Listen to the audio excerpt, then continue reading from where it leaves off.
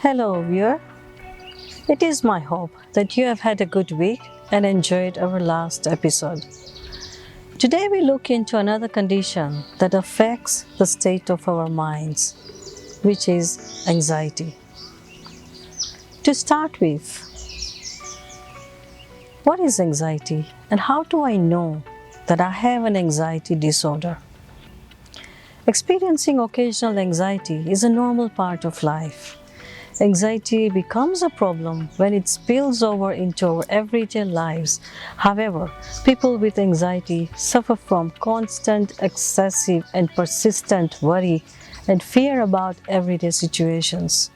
When worries and fears interfere with your relationships and daily life, you have likely crossed the line from normal anxiety into the territory of an anxiety disorder. For a person with an anxiety disorder, normal tasks like going to the supermarket or even leaving the house can feel like an impossible challenge, as normal situations in their external environment can be perceived to be as threatening as if they are in a very dangerous place, and the reality is that there is no real threat. Here is where things can go from bad to worse. Several factors may contribute to the causes, and risk factors may include traumatic life experiences, genetic traits, medical conditions such as heart disease, diabetes, or chronic pain conditions, medication use, substance abuse,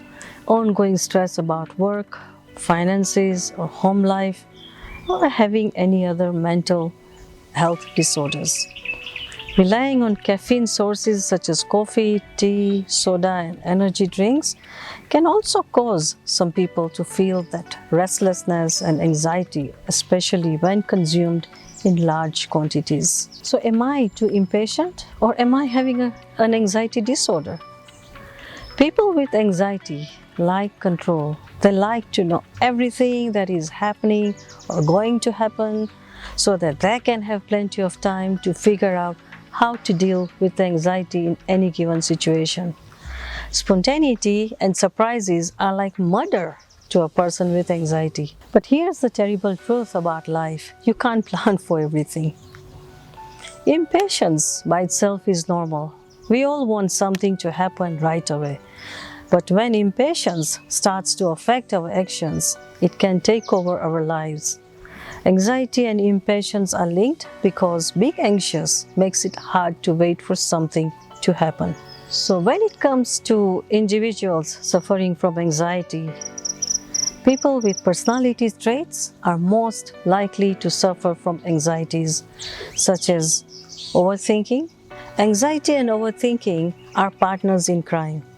When you overthink every decision and every move you or people around you make, it leads to anxiety. Overthinking includes obsessing over what you said, did not say, or should say, and the consequences of overthinking is never pretty. Perfectionism. Perfectionism is not the desire to do well. Instead, perfection is the desire to do the perfect job. And anxiety makes us want everything to be perfect in this messy world around us. Anxiety and perfectionism make each other worse. Resistance to change. This is a common personality trait that is seen in people who suffer from anxiety, as they usually find themselves worrying about change in their lifestyle. They start feeling anxious when it comes to trying something new, as even a small change might mean stepping out of their comfort zone. Irritability. Irritability and anxiety are strongly associated because these people get upset too easily due to living in a constant fear of worry. The outside world seems to be intrusive and agitating to them. Extreme imagination. Not everyone with imagination is prone to anxiety disorders, but when the imagination is extremely intricate, these people tend to create scenarios in their head. When these scenarios aren't fulfilled or the situation doesn't seem to go as they planned, a state of anxiety prevails. Avoidance. People with anxiety are likely to avoid things that cause them stress. Instead of dealing with difficult situations, they tend to run away from it. This way, one tries to avoid, which in turn makes them even more anxious, and thus, this becomes a vicious cycle. Anxiety, depression, and stress are common reactions to life's challenges, from losing a loved one or going through a divorce. On the surface, they can look a lot alike, but there are distinct differences. Stress is a response to daily pressures or a threatening situation, while anxiety is a reaction to the stress. People with depression move slowly and their reactions can seem flattened or dulled. People with anxiety tend to be more keyed up as they struggle to manage their racing thoughts. Another distinguishing feature is the presence of fear about the future in people with anxiety. Depressed people are less likely to be troubled with worry about future events, as they're often resigned to believing that things will continue to be bad and more so in a negative way. Because of its persistence, anxiety often causes disturbances in sleep and appetite, leaving you feeling exhausted. And exhaustion often leads to lack of focus and an inability to concentrate for long periods of time, which can severely affect your productivity and your creativity, and also affecting your ability to truly listen and take everything in, leading to preceding negative outcomes. You may hear one thing and then start thinking about the worst case scenarios to fix. So this has a huge effect on conversations and when being present in meetings. The socially anxious person can't relax, take it easy, and enjoy themselves in public. In fact, they can never relax when other people are around. It always feels like others are evaluating them or being critical of them or judging them in some way. The person with anxiety knows that people don't do this openly, but they still feel the self-consciousness and the judgment while they are in the other person's presence. Moving on, when handling persons suffering from anxiety, please avoid these phrases such as calm down, there's no reason to be anxious, there's nothing to be afraid of, you don't have to be afraid, as this only adds to the shame and confusion. Try instead to say, I know you're uncomfortable and scared, but you will get through this. I'm standing with you. We'll get through this together. Secondly, avoid giving too much space, even though your loved one may tell you she wants to be left alone. She wishes she could say, stay with me, please. Thirdly, share and listen.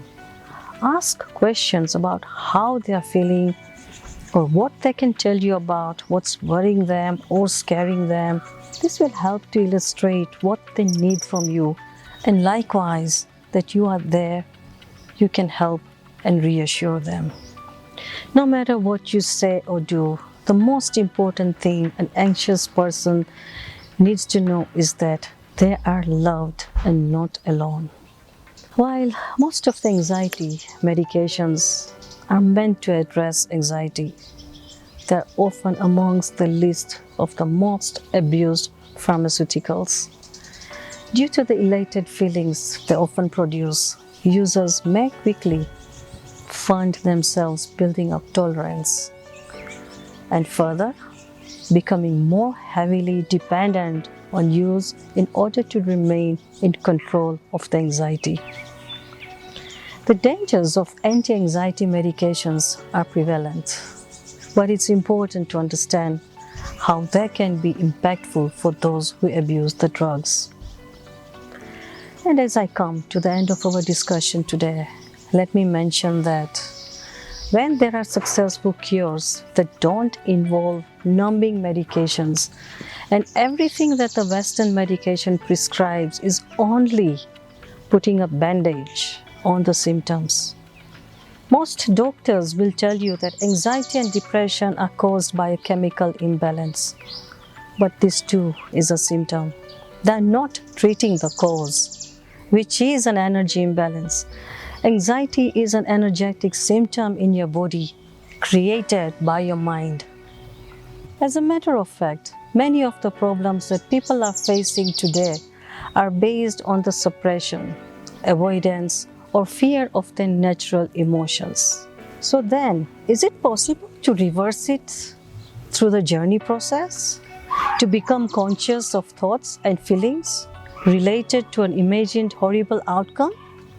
Yes. So many people globally who have experienced the journey have healed themselves from anxiety disorders just by this very process, the journey, which is a simple step-by-step process to access old cell memories, the residues of old issues and traumas. By feeling your emotions fully, let them pass and release them. Then empty out old stored pain and heal from it completely. At the same time, clear out the cellular blockages to have new cells replicate healthily and allow you to move forward with a newfound sense of completion. So when you get to the root cause of your anxiety, the real cause of your symptoms, you can heal them completely. I have worked with several cases of anxiety and many whom had been on anti-anxiety medications for years, and all have become free from their old sense of living on automatic pilot, free to make wise, self-supportive choices as they have moved forward in life. Stay safe and keep enjoying our episodes. Until next week, see you then.